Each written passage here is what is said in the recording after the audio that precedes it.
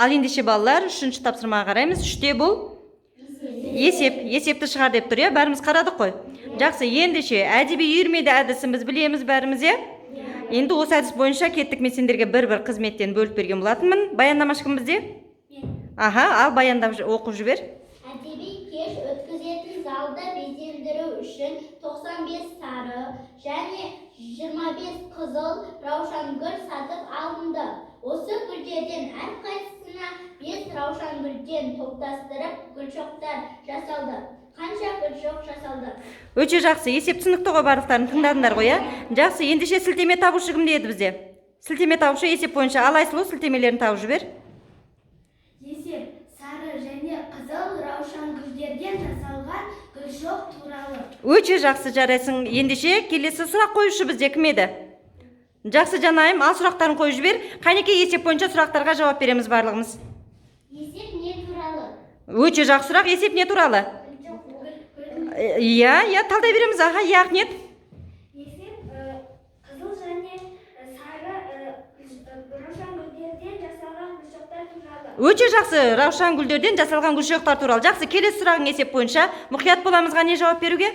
Неше сары және неше қызыл раушан гүл сатып алынды? Өте жақсы, Назерке.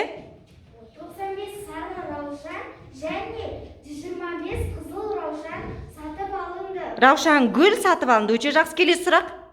Осы гүлдерден әрқайсында неше раушан гүлден топтастырылып гүлшоқтар жасалды? Өте жақсы, неше гүлшоқ жасалған Ахмедияр?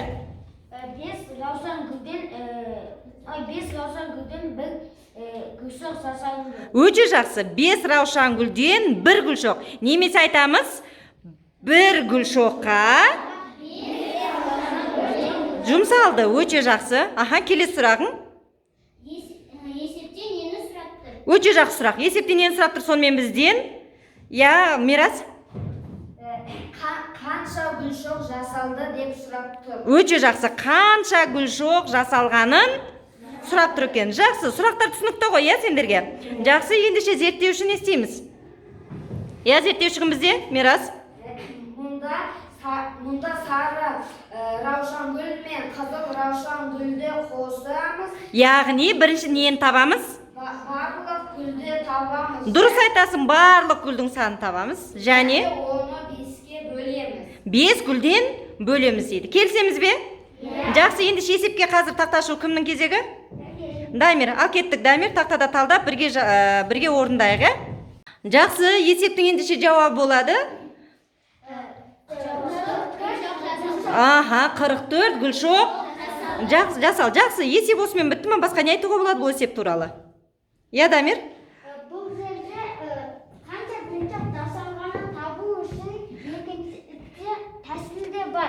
Өте жақсы, мұнда бір тәсілмен шығардық біз. Енді бұл есептің басқа тағы да бір екінші тәсіл бар. Қандай тәсіл, Бұл жерде біз сары раушан гүлді 5-ке бөліп, және оған 25 қызыл раушан гүлді 5-ке бөліп, екеуінің мәнін қосамыз. Өте жақсы, ал қосып есептеп шығарып көрейік кеттік ал. Алдымен сары раушан гүл қанша? Қайта-қайталаймыз. 95. Оны қанша гүлшоқтан бөліп жібереміз? 5-еу. Бір гүлшоққа 5-еуден кетті. Енді оған ары қарай? 125-ті бөлеміз 5-ке. Өте жақсы. Ауызша жылдан бөлу тәсілін пайдаланамыз. Кеттік. 95-ті 5-ке бөлсек? 95-ті 5-ке бөлсек? 19. Өте жақсы. Оған қосамын. 125-ті 5-ке бөлем? 20-ны 5-ке бөлсек 25. 25. Өте жақсы.